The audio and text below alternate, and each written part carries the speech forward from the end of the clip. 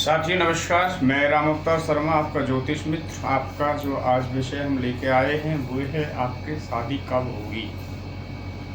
जानेंगे हम कुंडली के माध्यम से और दो ग्रहों के माध्यम से जानेंगे। दूसरा आपका डेट ऑफ बर्थ से जानेंगे कि शादी का योग कब का होगा, कब आपकी शादी होगी।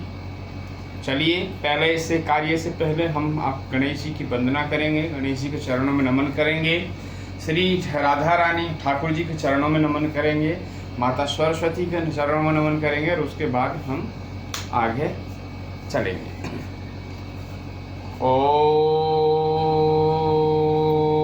श्री गणेशाय नमः, श्री सरस्वती नमः, श्री राधा कृष्णाभ्यां नमः। राधा मेरी मात है, पिता मेरे घनश्याम, उन दोनों के चरणों में कोटि कोटि प्रणाम, मेरा कोटि कोटि प्रणाम। श्री सीतारामराभ्यां नमः, श्री गौरी शंकर भगवान, श्रीमन्नारायण चरणौ शरणं प्रपद्ये, श्रीमते नारायणाय नमः, राधा कृष्णाभ्यां नमः। आइए प्रिय भक्तों, आज को आपको राधे राधे, जय श्रीमन्नारायण। भगवान आपके सारे कार्य जो बिगड़े हों आपके पूर्ण करें, यही हम भगवान से प्रार्थना करते हैं। और आज का जो विषय है उसको आगे लेके चलते हैं।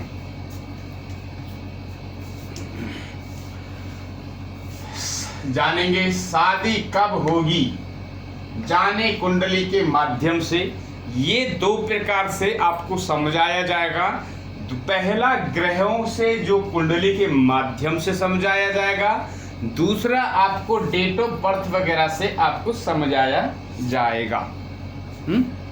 चलिए, पहले हम बात करते हैं राशियों की। यहाँ पे राशियों के क्रम लिखे हुए हैं, यहाँ पे राशियों के स्वामी लिखे हुए, राशि लिखी हुई है, यहाँ राशियों के स्वामी लिखे हुए हैं, यहाँ पे दृष्टि लिखी हुई है कि किसकी कितनी दृष्टि से देखता है। जैसे मंगल 3 दृष्टि से देखते हैं, कौन कौन सी? चौथी, 7वीं और 8वीं दृष्टि से मंगल देव देखते हैं। देन आपका 7वीं दृष्टि सबकी होती है, 3 ग्रहों की जो अलग अलग होती है। बृहस्पति देव 5, 7, 9 दृष्टि से देखते हैं, शनि देव 3, 7, 10 से देखते हैं। राहु जो है 5, 7, 9, जो राहु की भी वही दृष्टि होती है जो बृहस्पति देव की होती है। और केतु देव की जो है दृष्टि होती नहीं है, क्योंकि उनके सर नहीं है, वो धड़ है, इसलिए उनको दृष्टि नहीं है। देन बात करते हैं मूलांकों की। ये आपके मूलांक यहाँ पे मेंशन किए हुए हैं। कलाओं की बात करते हैं, ग्रहों की कितनी कलाएं होती हैं। जैसे सूर्य देव की आपकी 30 कला होती है, चंद्र देव की जो है आपकी 16 कला होती है, मंगल देव की जो है आपकी 6 कला होती है, बुध देव की 8 कला, बृहस्पति देव की जो है 10 कला, शुक्र देव की 12 कला, एंड देन शनि देव की जो है 1 कला होती है। तो एक कला हमने जानी, यहाँ पे कला लिखी हुई है। अब उच्च के और नीच के भी यहाँ पे लिखे हुए हैं, तो वे आप देख सकते हैं, उनको जान सकते हैं। देन बात करते हैं ग्रहों की जो है मित्रता और शत्रुता। ग्रहों की जो मित्रता और शत्रुता है, इनके 2 ग्रुप हैं, एक देव और एक दानव। देव ग्रुप में जो आते हैं मंगल देव, चंद्र देव, सूर्य देव एंड बृहस्पति देव। एंड दानव जो ग्रह है यहाँ पे देखिए लिखा हुआ है शुक्र देव, शनि देव, राहु एंड केतु। और बुध देव जो है 20 सेंटर में बैठते हैं दोनों पार्टी से कोऑर्डिनेट करने के लिए। तो बुध देव की जो मित्रता है आपकी सूर्य देव, बृहस्पति देव से मित्रता है। देन दानव जो ग्रुप है उनसे टोटली ही मित्रता है। बृहस्पति देव उनसे आपके मंगल देव एंड चंद्रदेव की बुध देव से शत्रुता है। बुध देव की खाली शत्रुता जो है वो है आपकी मंगल देव एंड चंद्र देव से शत्रुता है, बाद बाकी सभी ग्रहों से बुध देव की मित्रता है। बात करेंगे डिग्रियों की, तो डिग्री जो है देव इनकी ग्रहों की जो डिग्री होती है वे आपको 30 अंश तक डिग्री जाती हैं। जैसे ये पूरा जो कुंडली है ये 360 डिग्री है। जो आपका सूर्य मंडल जो है, पूरा ब्रह्मांड जो है आपका 360 डिग्री पे है। 360 डिग्री के यहाँ पे जो है हमारे ऋषि मुनियों ने ये चीजें भगवान के माध्यम से ये कुंडली का निर्माण वगैरह हुआ और इनको 12 भावों में बांट दिया गया। तो 360 डिवाइडेड बाई 12 तो इज इक्वल टू 30, यानी 30 अंश का एक घर आता है। 30 डिग्री अंश कहो तो हिंदी में और डिग्री कहो तो इंग्लिश का वर्ड है। तो ये जो है आपका पूरा 360 डिग्री का है और इसको हमने फिर डिफाइन हुआ है। तो एक घर जो है 30 डिग्री का, यहाँ से आपने देखा होगा कि जब लिखा जाता है तो डिग्री लिखी जाती है, कौन सा ग्रह कितनी डिग्री पे बैठे। तो डिग्री का मतलब ये है कि सपोज यहाँ पे सपोज लिखा जाए शुक्र देव का 10 डिग्री, तो इसका मतलब ये है कि इस हाउस में 10 डिग्री चल चुके हैं। अभी इस हाउस में उनको 20 डिग्री और चलना है, उसके बाद नेक्स्ट में आएंगे हैं। तो ये डिग्रियों का महत्व आप जान लीजिए। सूर्य से जहां सूर्य बैठे होते हैं तो सूर्य से जो भी ग्रह 10 या 12 अंश में जब डिग्री में रह जाता है तो सूर्य देव उसको अस्त कर देते हैं, उसकी पावर को खत्म कर देते हैं।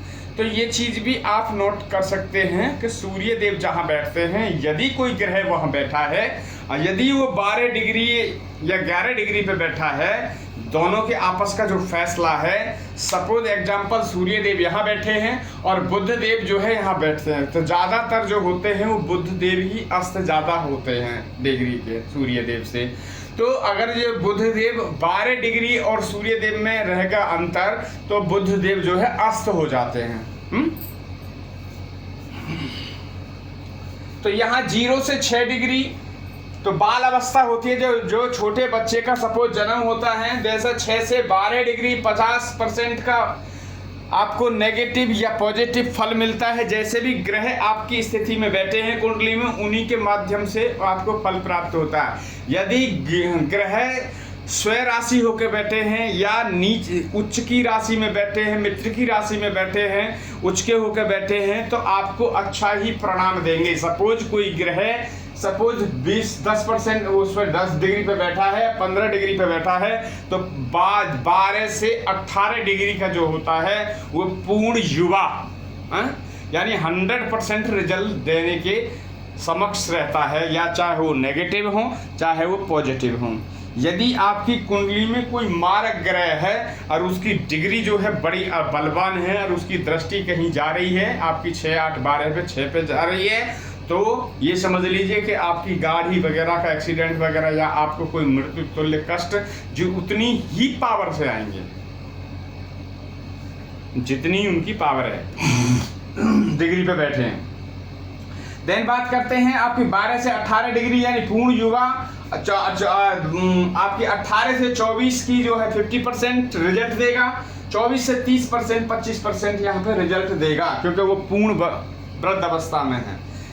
वृद्ध अवस्था में 50%, पूर्ण अवस्था में 25% और पूर्ण युवा में जो है आपको 100% रिजल्ट मिलेंगे। देन बात करेंगे राशियों के स्वभाव की। तो राशि 3 स्वभाव होते हैं, चर, स्थिर, द्वि स्वभाव। यहाँ पे चर में जो आती है 1, 4, 7, 10, स्थिर में 2, 5, 8, 11 है, द्वि स्वभाव में 3, 6, 9, 12 है। यहाँ पे ये है। अब बात करेंगे, हम जानेंगे कि पहले जो आपको कुंडली के माध्यम से समझा जाएगा, ग्रहों के माध्यम से समझाया जाएगा कि आपकी शादी जो है कब होगी। तो चलिए यहाँ पे हमने 2 लिखे हैं, पुरुष और स्त्री। पुरुष और स्त्री। तो अब हमें क्या देखना है, आप अपनी कुंडली अपने सामने रखें। और उसमें देखेंगे कि जो ये घर होता है, ये हाउस जो होता है, ये आपका लगन यानी आपका शरीर होता है। और ठीक सामने वाला 180 डिग्री पे जो सामने होता है 7वां हाउस, यहाँ पे गिन लीजिए 1 2 3 4 5 6 7, यहाँ से सीधा 7वां जो है आपका लाइफ पार्टनर का होता है कि जहाँ से आपको शादी वगैरह देखनी होगी। बड़े ध्यान से समझिए, जिन भाई बहनों की शादी नहीं हुई है वे अपनी कुंडली में ये योग देख सकते हैं। हाँ, देखने के बाद आप लाइक एंड सब्सक्राइब जरूर कीजिए चैनल को, ताकि आपको अच्छी से अच्छी जानकारी हम देते रहेंगे और कंटिन्यू ये कार्य हम करते रहेंगे। सभी प्रकार के योग वगैरह दिखाए जाएंगे उसमें। चलिए, अब हमें जानना है कि जिन हमने 2 यहाँ पे लिखे, इस पुरुष और स्त्री, तो ये इसलिए दर्शाया है कि इसी कुंडली के माध्यम से यदि कोई किसी ये तो किसी पुरुष की कुंडली है, यदि ये किसी बहन की कुंडली होती है तो उसकी शादी के जो योग हैं, कारक ग्रह हैं, वो चेंज हो जाते हैं। देखिए, लड़के की शादी के जो है कारक ग्रह होते हैं शुक्रदेव, लड़की की शादी के कारक ग्रह होते हैं बृहस्पति देव। यहाँ हमने जो है ये चर्चा है शुक्रदेव, देन यहाँ पे ये बृहस्पति देव। ये पुरुषों के शुक्रदेव, स्त्री के बृहस्पति देव। तो आइए चलते हैं, पहले देखते हैं इस घर में 7वें हाउस में कौन सी गिनती लिखी है। तो 11वीं गिनती लिखी है इस कुंडली के माध्यम से। आपके में कुछ और लिखी जा सकती है, 8वीं लिखी जा सकती है, 9वीं लिखी जा सकती है, 5 4 6 1 से 12 तक आपकी कोई भी यहाँ गिनती हो सकती है। देखने के लिए ये है कि आपकी जो गिनती लिखी हुई है, आपको फिर यहाँ पे जाना है, क्रमांक जो लिखे हुए हैं।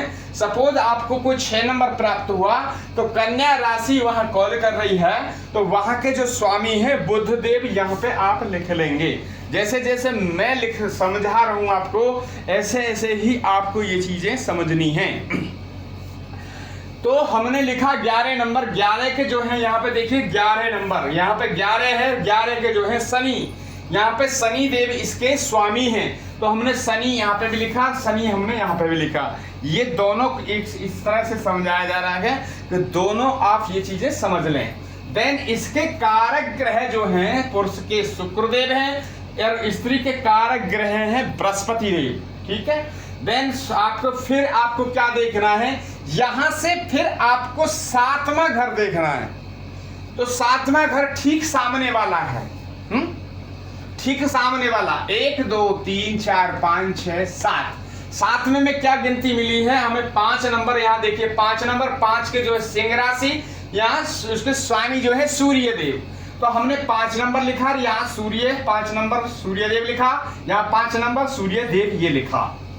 देन बात करते हैं अब कि शनि देव जो है यहाँ पे देखिए, जो ये ग्रह गिनती हमें मिली, तो इसके स्वामी शनि देव कुंडली में जहां कहीं बैठे हैं वहां से हमें फिर 7 घर आगे जाना है। तो यहाँ शनि देव यहाँ बैठे, तो यहाँ से हमें देखना है 1 2 3 4 5 6 7। तो हमें 9 अंक प्राप्त हुआ, 9वां अंक प्राप्त हुआ। तो हमने यहाँ 9 अंक लिखा। धनु राशि, धनु राशि का अब देख लीजिए 9 नंबर धनु राशि, उसके स्वामी जो है बृहस्पति देव। तो हमने अगेन यहाँ बृहस्पति देव यहाँ पे भी, बृहस्पति देव भी यहाँ पे भी। अब देन बात करते हैं कि जो चंद्र कुंड जो यहाँ पे जो ग्रह बैठा है, तो उनको भी हमें लेना है। तो यहाँ पे चंद्र बैठे हैं, तो चंद्रदेव भी हमने ले लिए। अब ये जिस जातक की कुंडली है, तो जब जब ये ग्रह पड़ेंगी दशा, ऐसा नहीं है कि ये उनका जन्म हुआ था जी जो 12 साल के थे, तो जब ही ये कुंडली में पड़ रही थी तो जब ही शादी हो जाएगी, ऐसा नहीं है। जब वो बच्चा शादी के लायक होगा, जब ये बच्चा शादी के लायक होगा, जब ये दशा पड़ेंगी, महादशा, अंतरदशा, सूक्ष्म दशा और प्रतांतर दशा जब ये पड़ेंगी, तो आपका शादी का योग बनेगा। और जिनकी ये शुक्र की जो दशा पड़ेगी इस पुरुषों के लिए, तो वह अति शुभ होगी। और जो इधर जो है बृहस्पति देवी, लड़कियों की अगर जो बृहस्पति देव की जो दशा पड़ेगी तो वो भी अति शुभ होगी, क्योंकि उसके कारक तत्व में दो महत्वता मिल जाती है। तो अब जान लीजिए हमें ये कार्य ये तो कुंडली के माध्यम से हमने जाना कि जब जब आपकी ग्रह देखेंगे तो उसमें ये जब दिशाएं चलेंगी तो आपकी शादी होगी। अब बात करते हैं जाने डेट ऑफ बर्थ से भी, डेट ऑफ बर्थ से भी जाने। यहाँ लिखा हमने जन्म तिथि 16/10/1987 किसी की ये कुंडली है। ये हमारे पास कुंडली विश्लेषण के लिए आई थी और ये हम उनको फिर ये चीजें यहाँ पे हम डाल सकते हैं कि जी ये आपकी कुंडली थी, तो आपका ब्याह का शादी का जो योग है वो ये योग हमने उनको ऑलरेडी बता चुके हैं, बट ये आप लोगों को समझाने के लिए यहाँ पे ये चीज रखा गया है। अब हमें सबसे पहले हमें जानना है कि इनका मूलांक क्या है। तो मूलांक जानने के लिए आप ध्यान रखिए कि मूलांकों का मैंने पहले भी आप लोगों को वीडियो दिया है, उसमें बताया था कि 1 से 9 तक मूलांक होते हैं और उसमें जैसे भी हम डेट बाय डेट डालेंगे तो उसमें पता चल जाएगा कौन से इनका मूलांक है कौन सी डेट में। अब इसका जो जन्म हुआ है वो है 16 तारीख। 16 तारीख का मूलांक निकालने के लिए जान लीजिए हमने यहाँ पे लिखा है 16 बराबर 1 + 6 बराबर 7। तो हमने इसका 7 मूलांक यहाँ पे दिया, 7 मूलांक, ये 7 मूलांक। अब हमें इसका देखना है भाग्य अंक। तो भाग्य अंक देखने के लिए क्या करेंगे, हम जो 16/10/1987 जो है इसको पूरा हम एक एक करके, जैसे 16 का 1 + 6 + 1 + 0 + 1 + 9 + 8 + 7 सबको हमने यहाँ पे रखा है। 1 + 6 + 1 + 0 + 1 + 9 + 8 + 7, तो टोटल हुआ इसका 32। अब 32 को हमें लाना है सिंगल डिजिट पे, सिंगल डिजिट पे लाना है तो 3 + 2 बराबर 5।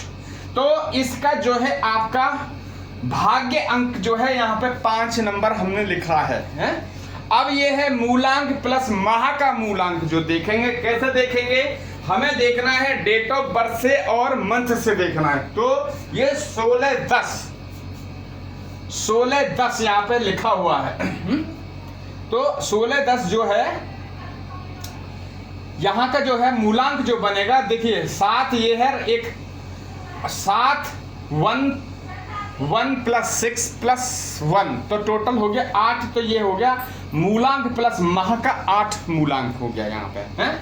ये आपकी करीब मूलांक। अब बात करते हैं इनकी शादी कैसे जाने कि इनकी क्या, हमने आप देख लीजिए जब भी आप शादी कैलकुलेट करेंगे, आज जो सपोज जिनकी शादी नहीं हुई है तो 2024 से देखेंगे या 2025 में देखेंगे या 2027 में देखेंगे। जो आपका जो है पर्सनल जो ईयर है वो जो 1987 वाला है, आप इसको भूल जाएंगे। जब जन्म हुआ था लास्ट साल में 1987 का, वो नहीं लेंगे। अब पर्सनल ईयर कौन सा होगा कि जो आप देखना चाहते हैं कि क्या हमारी 2024 में शादी होगी या नहीं होगी, तो हम उसको जानेंगे। कैसे जानेंगे, अब देखिए हमने लिखी यहाँ पे जो है इन बंदों की जो डेट ऑफ बर्थ है 16/10/1987। तो हमने जो है यहाँ पे लिया 16/10/2024 में क्या इनकी शादी होगी है, 2024 में इनकी क्या शादी होगी। तो चलिए जानते हैं। अब हमने लिखा 16 का 1 + 6 + 1 + 0 + 2 + 0 + 2 + 4 = 16। अब आपका जो है 16 आया, ये आपका आ गया 16। अब 16 को जो हमें बनाना है वो सिंगल डिजिट पे बनाना है। तो सिंगल डिजिट करने के लिए हमने 1 + 6 = 7। ये 7 आया। क्या आया, पर्सनल ईयर। क्या हमें दिन के 2024 में देखना है ना कि शादी इनकी होगी या नहीं होगी। तो अब हमें मिल गया 7 नंबर और इनका मूलांक क्या है 7 नंबर। तो अब जो हमने ये ओरिजिनल नंबर लिखे हैं, इनको ड्राइवर नंबर भी बोला जाता है, कई बार इनको ड्राइवर नंबर भी बोल देते हैं, ओरिजिनल नंबर भी इनको बोला जाता है। तो अब हमें यहाँ से देखना है ओरिजिनल नंबर क्या है, 7 प्राप्त हुआ मूलांक, तो 7 में हम यहाँ पे चले गए कि ये 7 है। अब हमने यहाँ पे 7 टिक कर दिया कि इनका जो मूलांक है 7 है। तो ऐसे ही आप अपनी उसमें देख लेंगे कि जो भी आपका डेट ऑफ बर्थ वगैरह होगा, पहले मूलांक निकालने की मैंने आपको पूरी विधि बता दी है, personal original number driver number निकालने की पूरी विधि है, भाग्य अंक आपको निकालने को बता दिया, मूलांक प्लस महा का निकालने का आपको बता दिया। अब आपको देखना है कि जो आपको ड्राइवर प्राप्त हुआ है, जो ओरिजिनल नंबर प्राप्त हुआ है, उसको यहाँ टिक कर लेंगे। जैसे मेरे को इस कुंडली में जो मिला ड्राइवर नंबर 7 मिला, अब 7 को मैंने यहाँ पे ट्राई कर दिया। अब जो हमें नंबर प्राप्त हुआ, दूसरा नंबर जो प्राप्त हुआ वह हुआ आपका 7 नंबर। 16 इनका योग बना, 16 जब इनका योग बना तो 1 + 6 = 7, तो हमें 7 फिर अगेन प्राप्त हुआ। अब हमें देखना है 7 से 7 क्या उसमें मिलेगा, शादी होगी। तो जो हमारा ड्राइवर नंबर था हमें उसके सामने देखना है कि क्या 7 में इनका अंक प्राप्त है क्या कोई। यहाँ पे देखिए आप, ये ड्राइवर नंबर क्या 7 नंबर है, तो यहाँ पे 1 है, 2 है, 4 है, 8 है, इसका मतलब 7 नहीं है। तो इनकी जो शादी है 2024 में शादी नहीं होगी। 2024 में इनकी शादी नहीं होगी। अब देन बात करते हैं तो क्या इनकी 2025 में होगी। तो अब यहाँ आते हैं आपके 16/10 + 2025, यहाँ देखते हैं तो इनको निकालेंगे, फिर दोबारा इनका पर्सनल ईयर निकालेंगे। 1 + 6 + 1 + 0 + 2 + 0 + 2 + 5 = अब हमें देखना है कितना है। अब 1 7, ये 1 + 6 7 8 8 2 10 2 12 12 और 5 17, तो यहाँ पे हमें 17 अंक ये प्राप्त हुआ। अब 17 को हमें पर लाना है सिंगल डिजिट में, तो 17 को फिर हम सिंगल डिजिट में लाएंगे तो हमें यहाँ पे लिखना है आपको 1 + 7 = 8, तो ये हमें पर्सनल ईयर मिला। अब हमें जाना है इनका जो ड्राइवर नंबर मिला था, हमें क्या मिला था, ड्राइवर नंबर 7 नंबर मिला था। तो अब 7 में 8 है क्या, तो देखिए 7 में 8 है, यस। तो अब इनकी जो शादी होगी वो 2025 में होगी, 2025 में इनकी शादी होगी।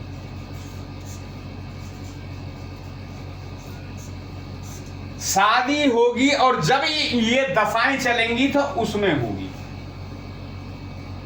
है?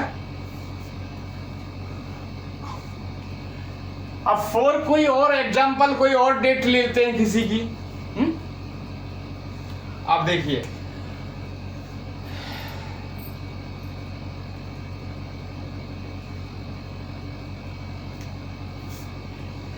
यहां कोई डेट ले लेते हैं, ये आपका अलग हो गया मैटर। अब यहां पे ले लेते हैं आपकी 30/6/1975,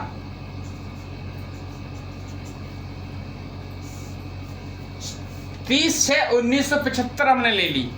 तो अब इनकी जो शादी है तो कोई हमें देखना चाहिए कि 20 साल के बाद हमें कोई शादी की डेट इनकी चुननी चाहिए। तो 75/20 आपका 95 हो गए, तो यानी 95 या 24 में हम देख सकते हैं, 1995 में देख सकते हैं, 1996 में देख सकते हैं, 1994 में देख सकते हैं। तो कैसे देखेंगे, देखिए अब हमें इसका जो है मूलांक जो मिला, अब यहाँ पे दे देते हैं, ये इनका जो मूलांक है 3 है, मूलांक इनका आया 3। तो इनका पहले तो ये लिख देते हैं कि इनका ड्राइवर नंबर 3 आएगा, ये इनका ड्राइवर नंबर 3 आएगा। ये चीज नोट कर लीजिए, ये मैं इसलिए लागू कर रहा हूं कि 2 कुंडली पे आप देखेंगे ताकि आपको इजीली ये बार बार जैसे बताया जा रहा है तो आपको याद हो जाएगा, है? अब हमें इनको देखना है कि इनकी शादी हम 20 साल के बाद देखेंगे। तो 20 साल इनका 95 में हो रहे हैं, तो 20 साल हम इनकी 95 में देखते हैं। तो कैसे देखेंगे हम 95 में? एक जरा पेज लाना जरा कोई।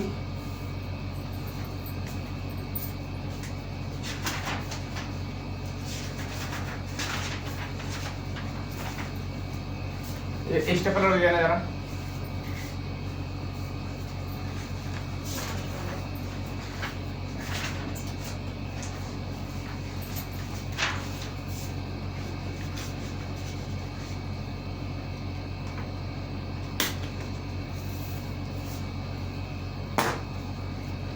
देखिए, आपको जो समझाने का पूरा हम तरीका सोच रहे हैं कि पूरा आपको चीजें ये समझाई जाएं।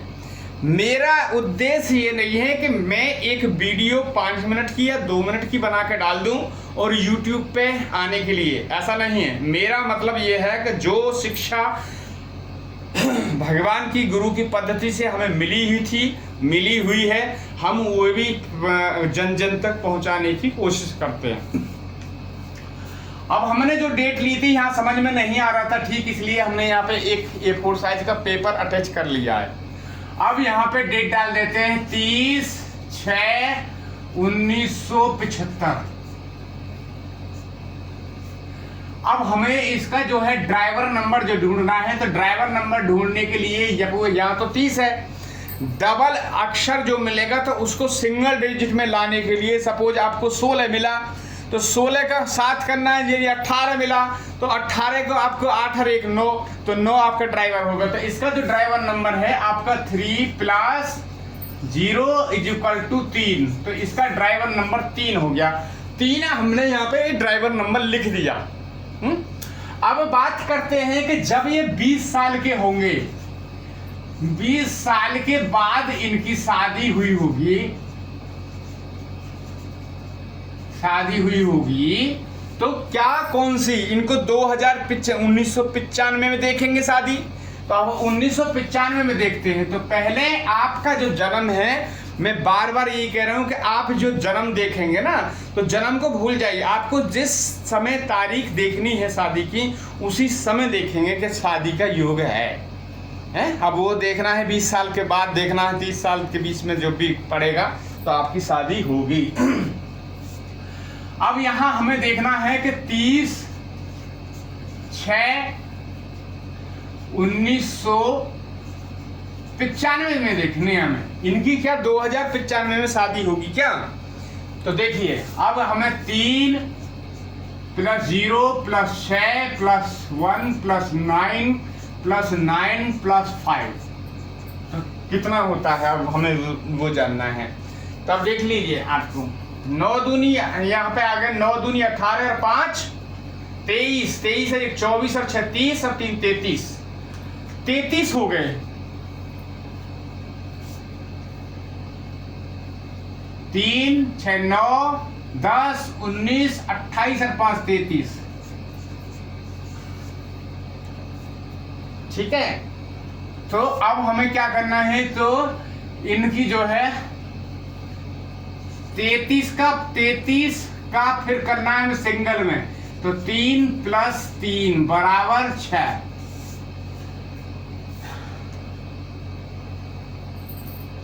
तो अब हमने जो निकाला इनका 1995 में निकाला, तो क्या इनका 1995 में है शादी का योग। तो यहाँ पे जो है 1995 में ये इनका जो है शादी का योग बन चुका है। तो ये रहा 1995 में शादी का योग 6। अब ये नहीं देखना है कि शादी हमारी क्या 2000 में 1995 में शादी हुई, तो 1995 में शादी हुई तो मतलब 1995 में तो हमारी उसी समय हुई। हो सकता है इन बंदे की जो 2000 यहाँ से 2095 में इनका शादी का पूरा क्रियाक्रम पूरा स्टार्ट हो चुका था। अब इनकी शादी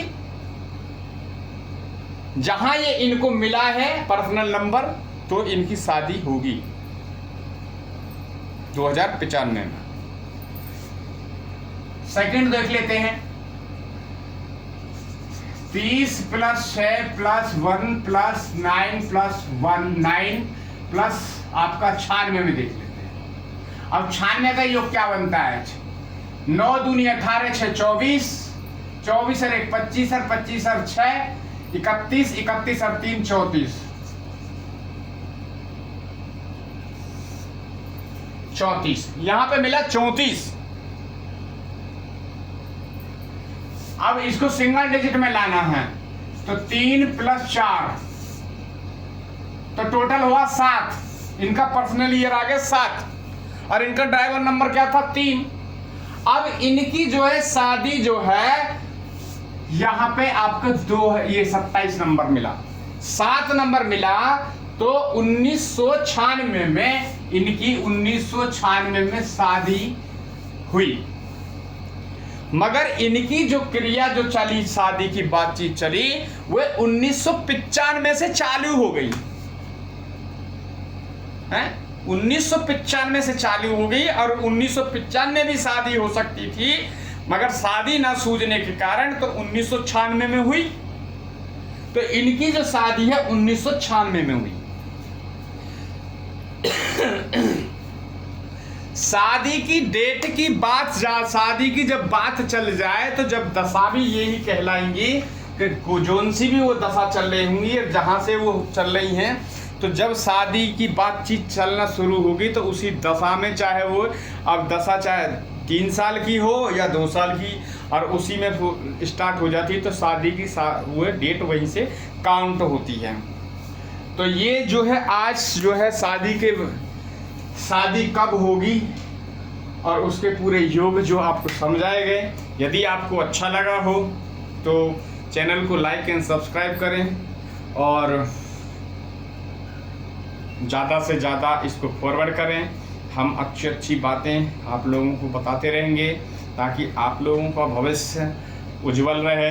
मेरी एक और प्रार्थना है सभी भाई बहनों से कि यदि कहीं पे कोई बड़ेयों का सम्मान करें, यदि कोई साधु संत मिलता है आपको रास्ते में तो उनको प्रणाम करें और उनकी कभी भी अवज्ञा ना करें। यदि ऐसा कार्य करते हैं तो आपको मतलब कि आपका जो जुपिटर है, आपके जो बृहस्पति देव हैं, इतने खराब हो जाएंगे कि आपको मतलब आसमान से ज़मीन पर लाने के लिए सक्षम हैं, क्योंकि बृहस्पति देव ही धन के देवता हैं।